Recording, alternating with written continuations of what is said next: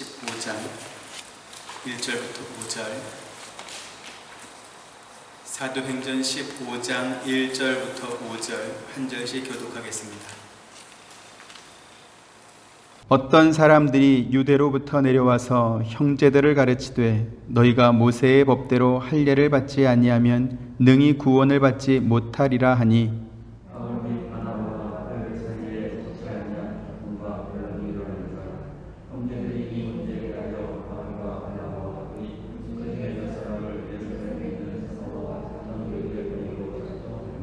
그들이 교회의 전송을 받고 베니게와 사마리아로 다니며 이방인들이 죽게 돌아온 일을 말하여 형제들을 다 크게 기쁘게 하더라.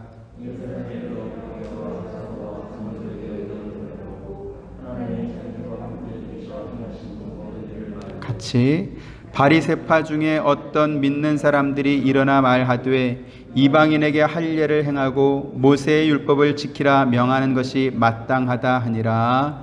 아멘. 오늘 드리는 설교는 상당히 민감하고 또 중요한 내용입니다. 그래서 설교를 들으실 때 주보를 참조하셔서 원고와 함께 들으시면 좋을 것 같고요. 혹시 이제 인터넷 유튜브나 페이스북으로 보시는 분들은 우리 교회 홈페이지에 접속하셔서 설교 원고를 함께 보시면 좋겠습니다. 교회 홈페이지는 wpch.org입니다. 여기 오시면 설교 원고와 그리고 영문 원고가 함께 있으니까 참고하셔서 설교를 들으시면 좋을 것 같습니다. 사도들이 활동하던 초대교회 당시에 가졌던 가장 큰 고민이 무엇인가 했을 때 지금까지 유대인들이 지켜오던 율법에 관한 문제를 어떻게 해석할 것인가에 관한 것이었습니다. 특히 복음이 이방인에게까지 전파가 되고 그리고 이방인들이 주축이 된 교회들이 곳곳에 세워지면서 이방인들도 그러면 유대인처럼 할례를 행하고 율법을 지켜야 되는지에 관한 논쟁이 벌어진 것입니다. 바울과 바나바가 1차 전도 여행을 마치고 안디옥 교회에 돌아왔을 때 유대 예루살렘에서 온 어떤 교사들이 그곳에 와서 지금까지 바울과 바나바가 가르치지 않았던 다른 어떤 내용을 가르치기 시작한 것이죠. 그게 뭐냐 하면 오늘 본문 1절 말씀과 같이 안디옥 교회 성도들한테 너희가 모세의 법대로 할례를 받지 아니하면 능히 구원을 받지 못한다, 이렇게 가르친 것입니다. 안디옥 교회는 이 문제에 대해서 그러면 사도들은 어떻게 이 문제에 대해서 말하는지 분명한 대답을 듣기 위해서 바울과 바나바와 몇 사람을 대표로 선정해서 예루살렘 교회에 보내게 되고 그리고 예루살렘 교회에서 큰 회의가 열어지는 것이죠. 그런데 5절 말씀에 보면 예루살렘 교회에도 모세의 법대로 할례를 받아야 된다 이렇게 주장하는 사람들이 적지 않게 있었던 것으로 그렇게 보입니다. 우리가 믿는 기독교 신앙의 핵심은 우리가 율법을 지키고 할례를 행해서 구원받는 것이 아니라 누구든지 예수 그리스도를 믿음으로 말미암아 구원을 받는다, 이것을 우리가 믿습니다. 하지만 유대주의자들은 예수를 믿는 것만으로는 충분하지 않고 거기에 더해서 할례도 행하고 율법을 지켜야만 구원을 받는다, 이렇게 주장했던 것이죠. 그래서 이 본문을 근거로 해서 어떤 신학자들과 목사님들은 여기 보는 것처럼 율법을 지켜야 구원을 받는다라고 주장했던 사람들을 가리켜서 율법주의자다, 이렇게 명명했습니다. 여러분, 율법주의 또는 율법주의자 이런 말 들어보셨습니까? 아마 들어보셨을 것입니다. 자, 그러면 율법주의, 율법주의자 이런 말을 들을 때 어떤 이미지가 연상이 되십니까? 긍정적이고 좋은 것으로 이렇게 생각이 되십니까? 아니면 부정적이고 좀 나쁜 것으로 생각이 되십니까? 전자입니까? 후자입니까? 전자입니까? 후자입니까? 후자죠. 후자입니다. 그런데 저는 이 율법을 지켜야 구원을 받는다라고 말하는 사람들을 율법주의자다 이렇게 말하는 부분에 대해서 선뜻 동의하기가 어렵습니다. 분명하게 말하면 저는 그러한 말을 거부합니다. 왜냐하면 그러한 사람들을 율법주의자라고 말을 할 때 그들이 주장하는 내용뿐만 아니라 그들의 주장의 근거가 되는 율법에도 똑같이 부정적인 의미가 더 씌워지기 때문에 그렇습니다. 율법을 지켜야만 구원받는다. 그들의 주장이죠. 근데 그들의 주장의 핵심이 뭡니까? 율법이죠. 그러니까 율법주의자가 나쁘다 그러면 뭐도 나빠요? 율법도 나쁜 것처럼 그렇게 여겨지는 것입니다. 자, 그러면 우리가 생각해 보겠습니다. 율법은 좋은 것입니까? 나쁜 것입니까? 분명합니까? 대단하십니다. 어떻게 그런 생각을, 신박한 생각을 하실 수 있는지. 율법은 하나님께서 그 아들 예수 그리스도를 세상에 보내시기 전까지 이스라엘 백성들이 하나님께서 약속하신 메시아를 소망하며 기대하며 살도록 주셨던 징표와 같은 것입니다. 그래서 이스라엘 백성들은 이 율법을 통해서 자기들의 죄를 깨달을 수 있었지요. 그리고 동시에 제 아무리 사람이 율법을 지키려고 노력을 해도 죄를 없애지 못할 뿐만 아니라 완전해질 수 없다라는 사실을 깨닫게 되는 그런 도구가 율법이기도 합니다. 로마서 3장 20절 같이 보시죠. 시작. 그러므로 율법의 행위로 그의 앞에 의롭다 하심을 얻을 육체가 없나니 율법으로는 죄를 깨달음이라 이랬습니다. 자, 그러면 이 율법이라고 하는 것은 우리가 아무리 노력을 해도 율법이 요구하는 하나님 앞에서 완전한 의를 이룰 수 없으니까 우리가 율법을 지킬 필요 없는 것입니까? 어차피 노력해도 안 되는데 뭐 그걸 왜 해야 되나? 그래서 할 필요가 없다. 이렇게 말할 수 있습니까? 그런데 하나님께서는 이스라엘 백성들에게 율법을 지켜 행할 것을 성경 곳곳에 요구하고 있습니다. 두 군데만 찾아보죠. 신명기 17장 19절 같이 봅니다. 시작. 평생에 자기 옆에 두고 읽어 그의 하나님 여호와 경외하기를 배우며 이 율법의 모든 말과 이 규례를 지켜 행할 것이라. 여호수아 22장 5절. 오직 여호와의 종 모세가 너희에게 명령한 명령과 율법을 반드시 행하여 너희의 하나님 여호와를 사랑하고 그의 모든 길로 행하며 그의 계명을 지켜 그에게 친근히 하고 너희의 마음을 다하며 성품을 다하며 그를 섬길지니라 하고 이렇게 말씀하고 있습니다. 하나님께서 이스라엘 백성들에게 너희가 이 율법을 지켜 행하면 내가 너희와 하나님께서 너희와 함께 하셔서 그래서 너희가 무엇을 하든지 어디로 가든지 형통하게 될 것이다 이렇게 약속하고 있습니다. 다시 말해서 율법은 뭐냐라고 했을 때 하나님께서 그들과 함께 하신다라는 상징과 같다라는 것이죠. 다시 레위기 말씀 보시죠. 26장 1절에서 4절.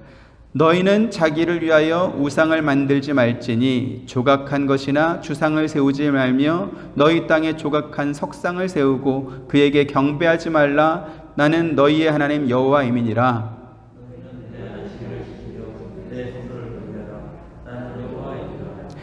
너희가 내 규례와 계명을 준행하면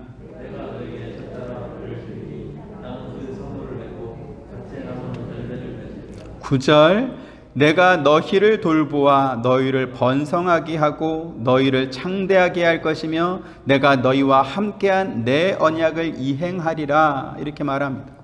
하나님께서 내가 너희와 함께 하겠다. 내가 너희에게 준 약속을 이행하겠다 이렇게 말씀했습니다. 이 말씀의 의미가 무엇입니까?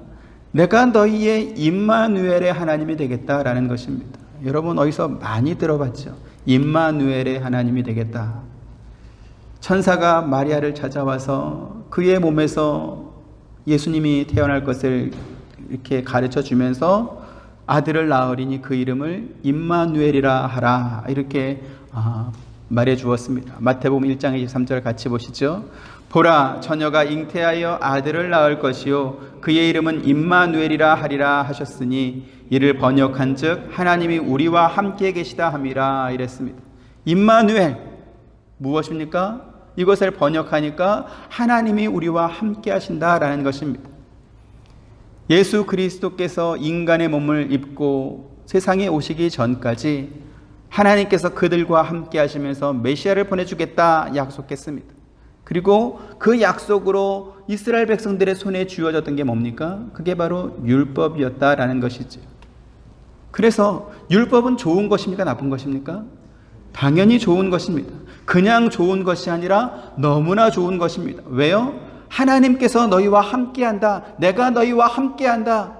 그걸 어떻게 믿습니까? 내가 표징을 주마. 그래서 손에 쥐어준 게 율법이기 때문에 그런 것입니다.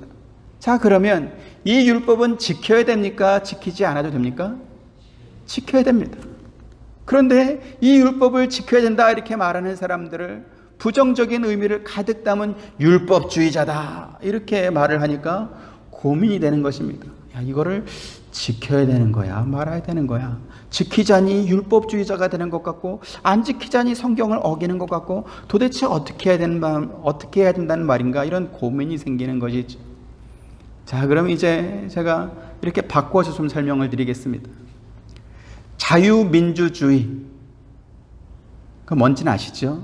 제가 설명을 안 드려도 자유민주주의의 사상과 그 법을 따라서 사는 사람들은 뭐라고 말합니까? 자유민주주의자라고 말을 합니다. 그러면 공산주의 사상과 그 법을 따라 사는 사람은 뭐라고 말합니까? 공산주의자라고 말합니다. 자, 그러면 율법의 가르침과 그 법을 따라 사는 사람은 뭐라고 말해야 됩니까? 율법주의자라고 말하는 게 맞습니까? 틀립니까? 이상합니까? 그렇지 않죠. 율법은 하나님께서 우리와 함께 하신다라는 것을 그들의 손에 쥐어준 것, 그렇게 준 것이 율법이고 그것이 바로 구약의 복음이었습니다. 세례 요한이 예수님께 자기의 제자를 보내서 우리가 기다리는 분이 당신이 맞습니까? 아니면 다른 사람 우리가 또 기다려야 됩니까? 이렇게 말했을 때 예수님께서 세례 요한의 제자들에게 이렇게 대답해 주십니다. 누가복음 7장 22절 같이 보시죠. 시작. 예수께서 대답하여 이르시되 너희가 가서 보고 들은 것을 요한에게 알리되 맹인이 보며 못 걷는 사람이 걸으며 나병 환자가 깨끗함을 받으며 귀먹은 사람이 들으며 죽은 자가 살아나며 가난한 자에게 복음이 전파되라 하라 이렇게 말합니다.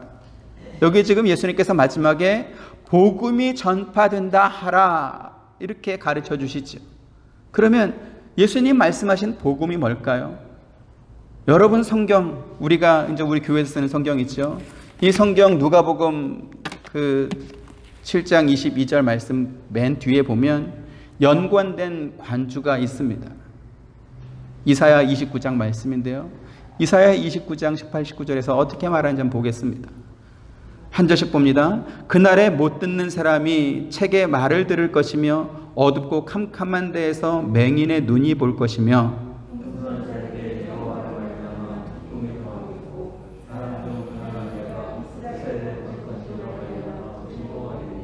네, 예수님께서 당신의 정체성에 대해서 의심하면서 묻는 세례 요한에게 이사야 선지자의 예언을 근거로 해서 자신의 메시아됨과 함께 복음이 무엇인지에 대해서 지금 설명해 주고 있는 것입니다. 성경에서 율법이 뭐냐라고 했을 때 모세와 선지자다 이렇게 곳곳에서 말씀하고 있습니다. 아주 자주 사용하죠.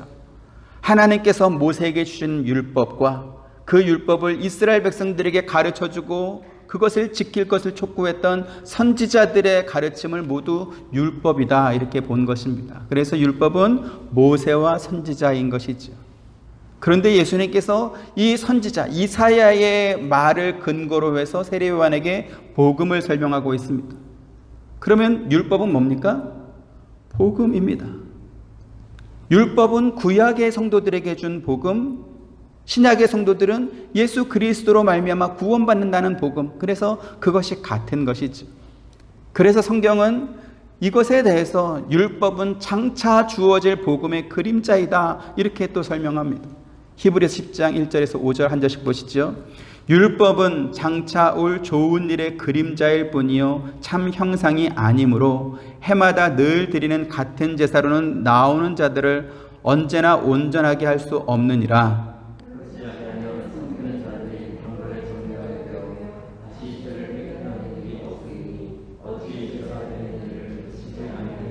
3절 그러나 이 제사들에는 해마다 죄를 기억하게 하는 것이 있나니 이렇게 말합니다.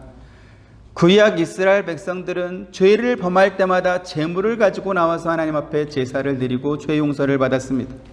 하지만 짐승의 제물로는 그들의 죄를 완전하게 없앨 수 없습니다. 한번 제사를 드렸다고 해서 이제 내가 한번 제사를 드렸으니까 앞으로는 제사 드릴 필요 없어. 그게 아니라 죄를 지을 때마다 케이스 바이 케이스로 죄를 지을 때마다 제물을 가지고 나와서 또 용서를 받아야 되는 것입니다.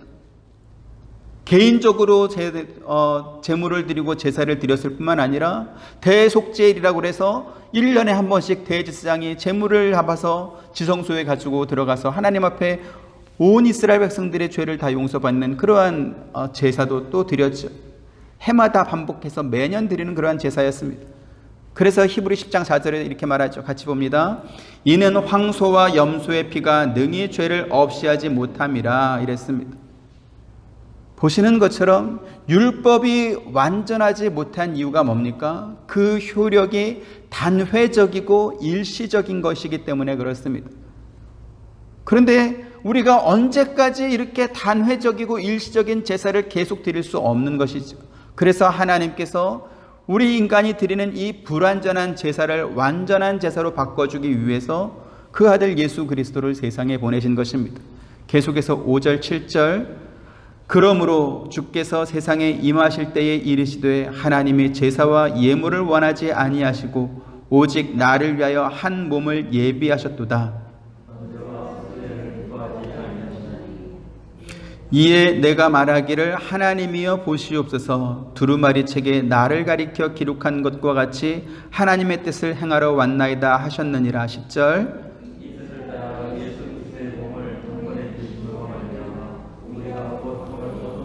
아멘. 보시는 것처럼 구약의 복음은 하나님께서 모세와 선지자들에게 주신 율법입니다. 하지만 이 율법은 장차 보내주실 복음, 곧 예수 그리스도를 상징하는 그림자와 같은 것이다 이렇게 말하고 있죠. 그리고 하나님이 작정하신 때와 뜻과 그 방법을 따라서 예수님께서 세상에 오시게 되는 것입니다. 마태복음 5장 17절부터 20절 또 한 절씩 봅니다. 내가 율법이나 선지자를 폐하러 온 줄로 생각하지 말라. 폐하러 온 것이 아니요 완전하게 하려 함이라.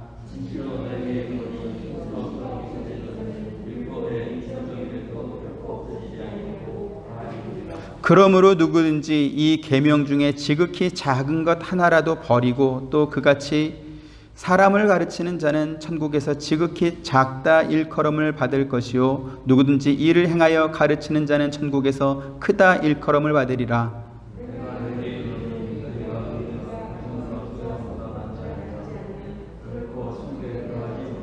아멘.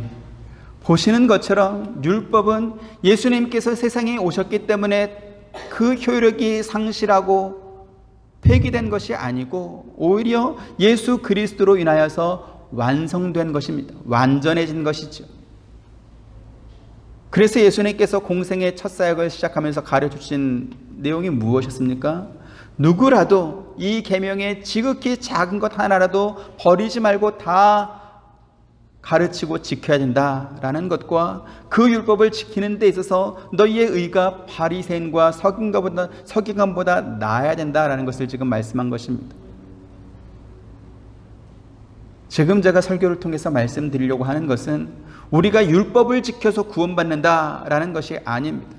우리는 하나님의 크신 사랑과 주 예수 그리스도께서 십자가에서 흘리신 그 보혈의 희생을 믿음으로 말미암아 구원을 받습니다. 이것은 전적인 하나님의 은혜이고 선물입니다. 하지만 우리가 하나님께서 우리에게 주신 이 은혜를 받아서 구원의 선물을 받았다고 해서 하나님께서 구약의 성도들에게 주셨던 구약의 복음 율법을 폐기하고 버려도 되냐? 그렇지 않다라는 것입니다. 앞서 우리가 봤던 히브리서 10장 1절에 율법은 장차 올 좋은 것의 그림자다 이렇게 말했습니다. 장차 올 좋은 것이 뭡니까? 예수 그리스도가 곧 복음이죠. 그래서 율법은 예수 그리스도 복음의 그림자와 같다라는 것입니다. 그러면 왜 그림자다 이렇게 말씀을 했을까요? 어떤 사물이 분명한 실체가 있다라는 것을 확인할 수 있는 방법이 바로 그림자이기 때문에 그런 것입니다. 햇볕이 쨍쨍 내리쬐는 뜨거운 여름에, 날씨가 덥고 뜨거운 여름에 도로 위를 보면 이렇게 수증기 같은 것이 이렇게 가물가물 올라가는 것이 도로 끝에 이렇게 보입니다. 때로는 그 도로 밑에는 물 웅덩이가 있는 것처럼 보이기도 하죠. 그래서 그 수증기 같이 올라가는 걸 아지랭이, 그 밑에 물처럼 보이는 걸 신기루 또 이렇게 말하지 않습니까? 그러면 그 아지랑이, 그 신기루는 실체가 있는 것입니까? 없는 것입니까? 실체가 없는 것이지요. 그거는 공기의 어떤 이렇게 뭐라고 말해야 될지 모르겠지만 하여간 거시기 한 것입니다. 없는데 이렇게 올라오는 것이죠. 그렇죠? 우리가 어릴 때 무서워했던 유령, 귀신, 도깨비 이런 것도 실체가 있습니까? 없습니까? 실체는 없습니다. 만약에 그게 분명한 실체가 있는 진짜로 물 웅덩이라고 한다면 아마 그 물 웅덩이 위에 주변에 건물이 비친다거나, 그렇죠? 뭔가가 분명히 있을 것입니다.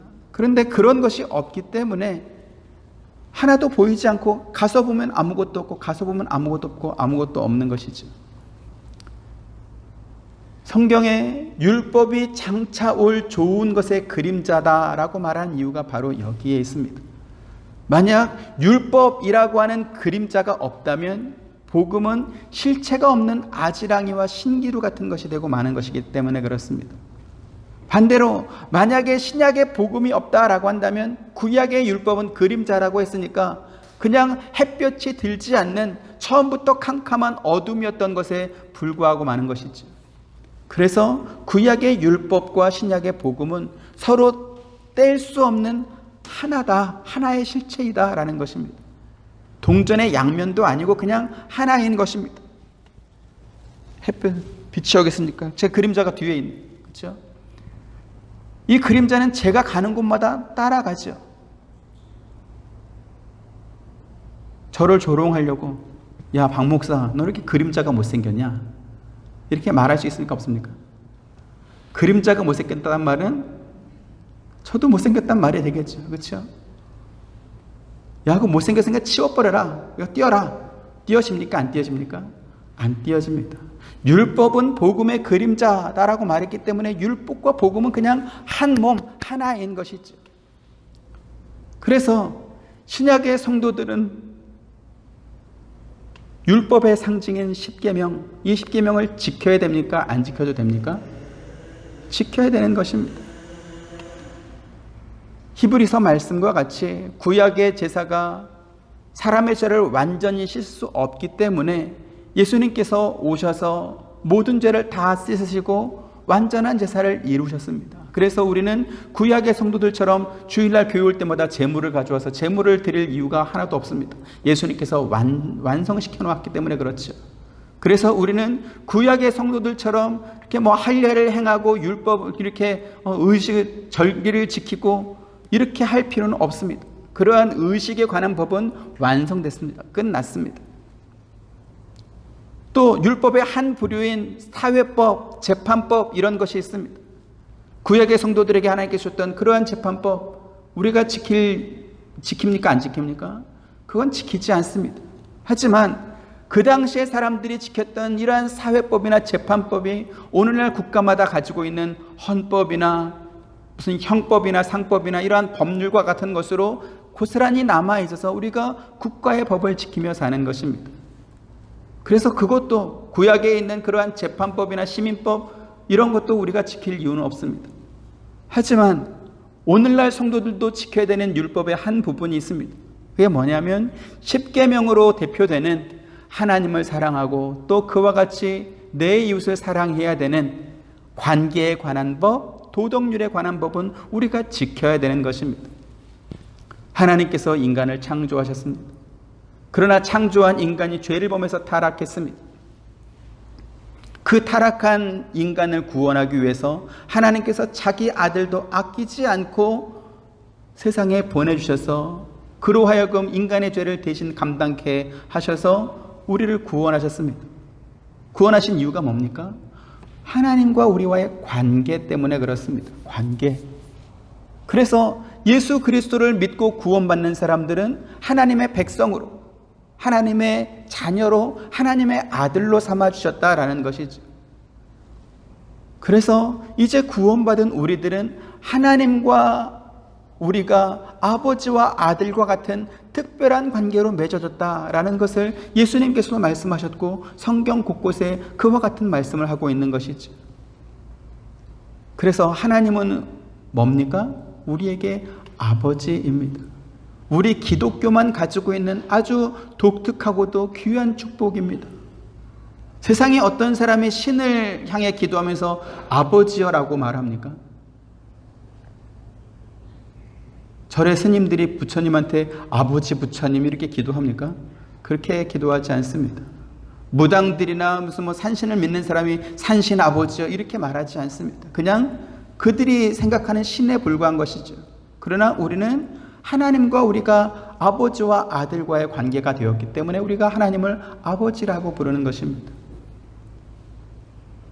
저희 세 자녀가 아빠가 이렇게 버젓이 살아있는데 다른 집 아저씨한테 아빠 그러고 막 쫓아다니면서 그 사람을 아빠로 섬기려고 한다면 제정신으로 보겠습니까? 제정신이 아니다 이렇게 하겠죠. 그렇죠?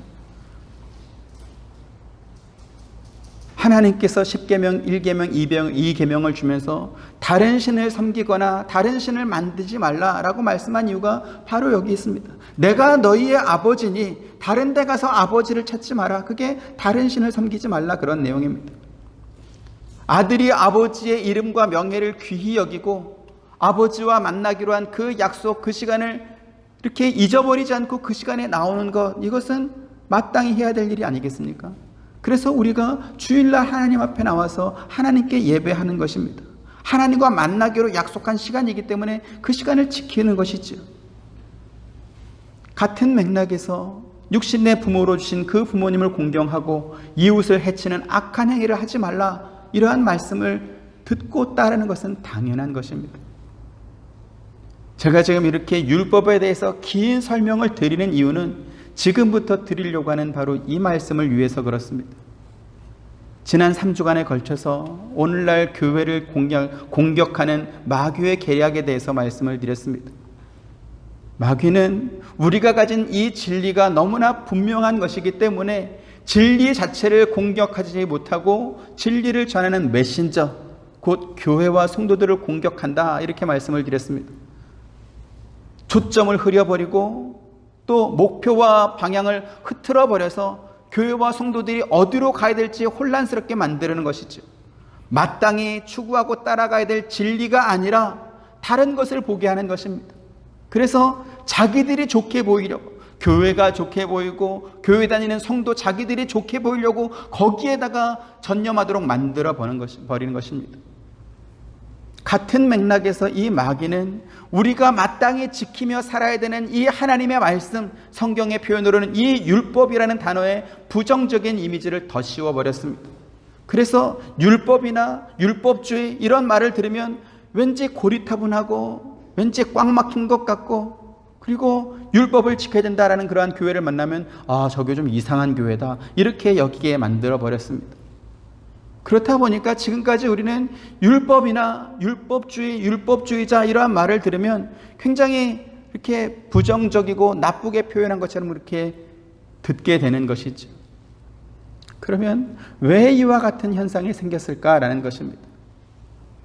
하나님께서 우리에게 좋게 주신 이 율법에 누군가가 부정적인 이미지를 더 씌웠습니다.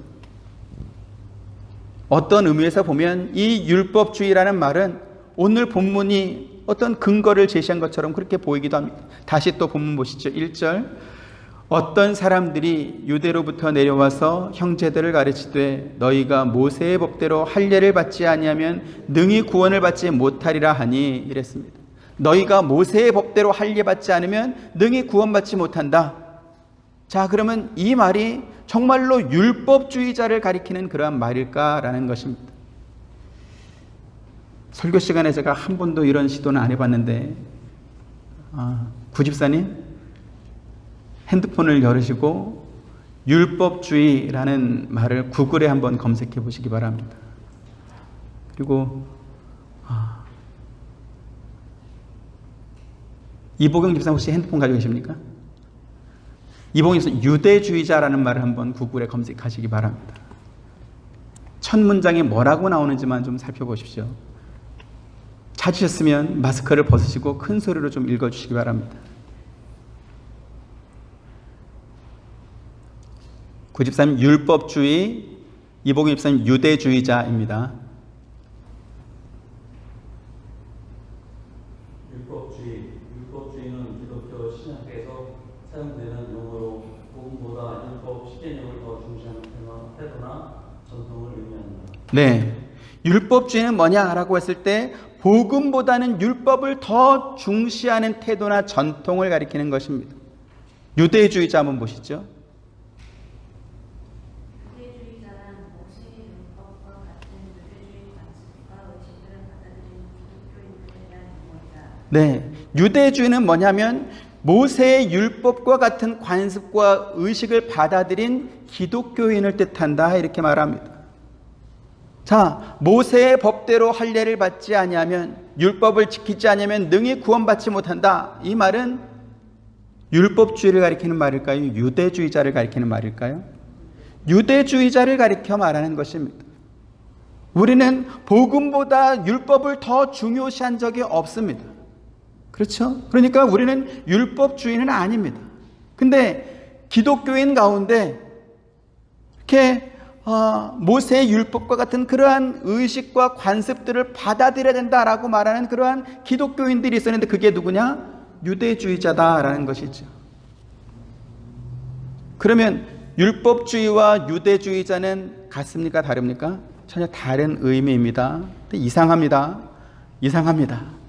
인터넷 검색만 해도 율법주의가 뭐고 유대주의자가 뭔지 분명하게 이렇게 나오고 있는데 신학을 전공하고 그것을 연구하는 목회자와 신학자들이 이 의미를 이렇게 뒤섞어버리고 그리고 왜곡해서 가르쳤습니다. 몰라서 그랬을까요? 몰라서 그런 거는 저는 아니다 이렇게 생각이 듭니다. 그럼 왜 그랬을까요? 그렇게 했을 때 분명한 의도와 목적이 있다. 하나님께서 우리에게 은혜로 주시고 또 선물로 주신 것이 율법인데 이 율법의 부정적인 이미지를 더 씌우기 위해서 유대주의자라는 말을 율법주의자로 바꿔버린 것입니다. 그 결과 하나님의 계명을 지켜야 된다, 성경 말씀대로 순종하며 살아야 된다라고 가르치는 교회를 가리켜서 너희는 율법주의자구나 이렇게 지금 말하는 현상이 벌어졌다라는 것이죠. 그러면 이러한 공격을 누가 하는 것입니까? 성경을 전혀 모르는 세상 사람들이 그렇게 하는 것이 아니고 성경을 왜곡하고 자기 입맛대로 해석한 자유주의 목회자, 자유주의 신학자들이 그렇게 말하는 것입니다. 우리가 지금 사도행전 말씀을 14장까지 살펴보고 있지만 바울과 바나바가 복음을 전할 때 처음부터 이방인들이 와가지고 바울과 바나바에게 돌을 던지고 그들을 비난하고 비방하지 않았습니다. 그들을 핍박하지 않았습니다. 오히려 바울과 바나바가 복음을 전했을 때 정말 많은 이방인들이 헬라인들이 복음을 받아들였습니다. 사도행전 14장 1절 같이 보시죠. 시작. 이에 이고니온에서 두 사도가 함께 유대인의 회당에 들어가 말하니 유대와 헬라의 허다한 무리가 믿더라. 허다한 무리가 믿었습니다. 그런데 이 분위기가 역전이 됩니다. 어떻게 해요? 순종하지 않는 유대인들이 와서 이방인의 마음을 선동하니까 그들의 선동에 이렇게 휩싸인 사람들이 바울과 바나바에게 악한 감정을 품게 되더라는 것입니다. 사도행전 14장 2절 또 보시죠. 그러나 순종하지 아니하는 유대인들이 이방인들의 마음을 선동하여 형제들에게 악감을 품게 하거늘 이랬습니다. 이의제의라는 말이 있지요. 오랑캐로 오랑캐를 물리친다라는 말입니다. 어떤 같은 세력인데 어떤 한 세력을 이용해서 다른 편 세력을 제어한다, 진압한다라는 것입니다. 우리가 계속 살펴보게 되겠지만 복음 전하는 사도들을 핍박한 사람들이 이방인이 아니었습니다. 오히려 그들은 복음을 들을 때 상당히 호의적이었고 이것이 정말 그런가 해서 성경을 더 연구하는 사람이 생길 만큼 그렇게 좋아하는 사람들이 있었습니다. 하지만 순종하지 아니하는 유대인들이 바울이 가는 곳마다 쫓아다니면서 복음 전하는 것을 방해하고 사람들을 선동해서 바울을 감옥에 갇히게 하거나 혹은 매를 맞게 하거나 혹은 죽이는 데 내어주는 그러한 일이 또 있는 것이죠. 오늘날 자유주의 신학자와 목회자들의 형태가 그 순종하지 않은 유대인들과 너무나 비슷합니다. 율법과 복음에 대한 이 상관관계를 정확하게 설명해 줄 생각을 하지 않고 율법은 사람을 정죄하고 심판하는 나쁜 것이다, 이렇게 나쁜 이미지를 심어주는 것입니다. 그래서 성경의 가르침을 따라 살아야 된다라고 말하는 사람들을 율법주의자다 이렇게 몰아붙이면서 하나님께서 은혜로 주신 이 율법을 나쁘게 생각하도록 만들어버린 것이죠. 그들이 그렇게 해서 얻는 유익이 뭘까요? 그들이 그렇게 함으로 인해서 가장 이익 보는 자는 누굴까요? 하나님이 이익 보겠습니까? 마귀가 이익 보겠습니까? 전자입니까? 후자입니까? 아마 후자일 가능성이 높지 않겠습니까? 그런데 이와 같은 율법에 대한 왜곡과 오해가 이미 오늘날 교회에 만연해 있습니다. 그리고 이렇게 잘못 이해하고 오해하고 있는 사람들에게 율법은 그게 아니고 말이야, 좋은 건데 말이지, 그러고 설명해 주려면 쉽겠습니까? 어렵겠습니까? 이게 쉽지가 않습니다. 쉽지가 않습니다. 선동의 위험이 이런 거 아니겠습니까? 옛날에 이명박 정부 초기 때 광우병 사태가 있었습니다. 아무런 근거가 없죠. 과학적 근거도 없고 무슨 광우병 생긴 사람도 한 명도 없는데 라면 스프만 먹어도 광우병 걸린다 이러면서 막 뉴스와 신문과 온 나라가 난리가 나고 막 촛불 들고 막 모이고 막 이렇게 하지 않았습니까? 그래서 광우병 걸린 사람이 있었습니까? 없었습니까? 한 사람도 없었습니다. 한 사람도 없는데 근데 온 나라가 마치 우리나라 사람들이 미국산 소고기에 어떤 국물만이라도 먹으면 광우병 걸릴 것처럼 그렇게 막 선동을 하고 그렇게 몰려다녔잖아요. 지금 율법주의자가 그것과 너무나 비슷하다라는 것입니다. 그래서 우리가 성경의 가르침을 따라야 한다. 하나님께서 준 이 십계명을 우리가 지키며 살아야 된다라고 말할 때 너 율법주의자구나 이렇게 말하면 이제 우리는 어떻게 해야 될까요? 그 사람 붙잡고 오늘 제가 드린 주보를 빼가지고 하나씩 이렇게 설명을 해드려야 될까요? 비난과 핍박을 받고 반대를 받으면서도 복음을 전했던 그 사도들처럼 우리가 하면 됩니다. 예수님께서 이렇게 말씀하시죠. 마태복음 5장 11절 12절 한 절씩 봅니다.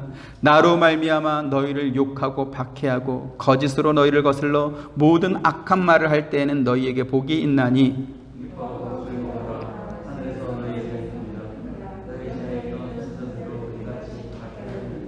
예, 오늘날 바른 교훈의 진리의 교훈을 따라서 이 말씀을 붙잡고 사는 성도들의 가장 가진 연약함이 있다면 뭐냐면 우리를 거슬러서 모든 악한 말을 하는 사람들을 두려워하는 것입니다. 그런 사람들한테 비난을 받고 욕 얻어먹는 것을 피하고 싶은 것입니다. 그래서 그냥 그런 말 안 듣고 살기를 원하는 그러한 방법을 택하는 것이죠. 그런데 예수님께서는 너희가 그런 말을 들을 때 오히려 기뻐하고 즐거워하라 이렇게 말씀하고 있습니다. 왜 그렇습니까? 하늘에서 너희의 상이 큼이라. 바꿔 말하면 너희는 내 편이다. 지금 그 말입니다. 제가 어렸을 때 우리 주원이 많았을 때 우리 교회에 축구를 굉장히 잘하는 형이 하나 있었습니다. 거의 무슨 국가대표 선수급으로 잘하는 형이 있었습니다. 교회에서 이렇게 청년들, 학생들 모여가지고 같이 축구 시합을 할 때 한 사람만 있으면 됩니다. 누구만 있으면 될까요? 그 형. 다른 사람 아무리 축구를 못하는 사람이 우리 편에 9명 있어도 그 형 한 사람 딱 들어오면 언제나 이겼습니다. 그래서 그 형 편만 되면 하여간 끝나요. 끝나. 우리가 가야 되는 이 신앙의 방향과 목적지를 흐트러뜨리고 그래서 엉뚱한 곳에서 헤매도록 만드는 그러한 사람들을 우리가 조심해야 될 것입니다.